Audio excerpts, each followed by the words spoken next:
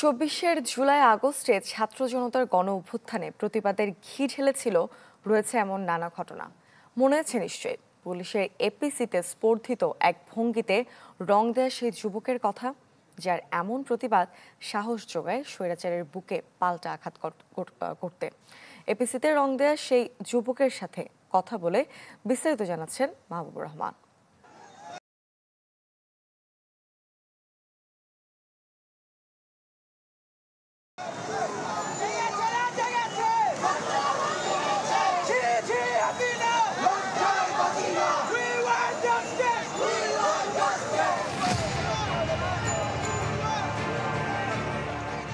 এ যেন শোষণযন্ত্রের মুখে কালি মেখে দেয়া।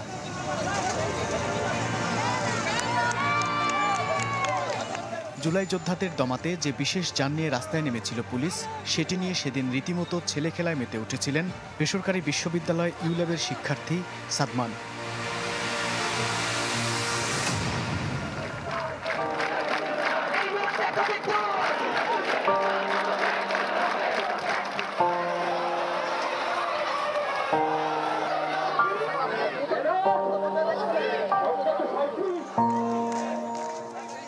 চব্বিশের ২ আগস্ট জাতীয় প্রেস ক্লাবের সামনের ওই ভিডিও ছাত্র জনতাকে জুগিয়েছিল দুর্নিবার সাহস। ১ বছর পর সাদমান শোনালেন ভয়ের অচলায়তন ভাঙার সেই গল্প। মুখের কথা থামানোর জন্য তো বন্দুক কামান দরকার নেই, আর্ম ভ্যান দরকার নেই। তো আমার না ওইটা দেখে আসলে পছন্দ হয় নাই যে এইটাই কেন আমার এটা রং করা লাগবে। পিছন দিয়ে শুরু করছি, পিছন থেকে সামনে যে প্রথমে ড্যাশবোর্ডে আমি লিখছি, তারপরে দেখি উপর থেকে দুজন বেরোতে যায়, তারা আর্ম। আমি উঠে পড়লাম গাড়িতে উঠে পড়ে বললাম, আসসালামু আলাইকুম, ভালো আছেন, ভিতরে যান। ভিতরে গেল, উপরে আবার লিখে দিলাম ভুয়া। আমি এটা করছি কারণ ওই গাড়ি দিয়ে কিন্তু অনেককে হত্যা করা হয়েছে। এমনও ফুটেজ পাওয়া গেছে যে ফেলাই দেওয়া হচ্ছে লাশ ওই গাড়ির উপর থেকে। তো ওইটা তো আমাকে ট্রিগার করবে স্বাভাবিক। আমি যদি আজকে ওই গাড়িটা ছেড়ে দিতাম, এমন কি নিশ্চয়তা ছিল যে ওই গাড়িটা অন্য কোথাও যে আর আমার 4টা ভাই বা বোনকে আহত করবে না বা মেরে ফেলবে না বা ওর মধ্যে ঢুকায় নিয়ে যে অন্য কোথাও ফেলে দেবে না। তা আমি দেখলাম, ভাই তোমার আমি অন্ধ করে দিই।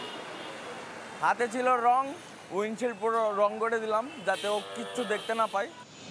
শহরের দেয়ালে এখনও রয়ে গেছে সাদমান ও তার সহযোদ্ধাদের আঁকা গ্রাফিতি। তিনি বলছেন, যতবারই বিপন্ন হয়েছে গণতন্ত্র, বাকস্বাধীনতা, ততবারই পুনরুদ্ধার হয়েছে ছাত্র জনতার রক্তস্রোতে।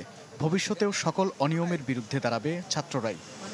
আমাদের কোনো কিছুতে যদি 2টা মানুষেরও জান বাঁচে বা তার কথার মূল্য পায়, বৈধতা পায়, সেটার জন্য আমরা যে কোনো কিছু করতে রাজি ছিলাম।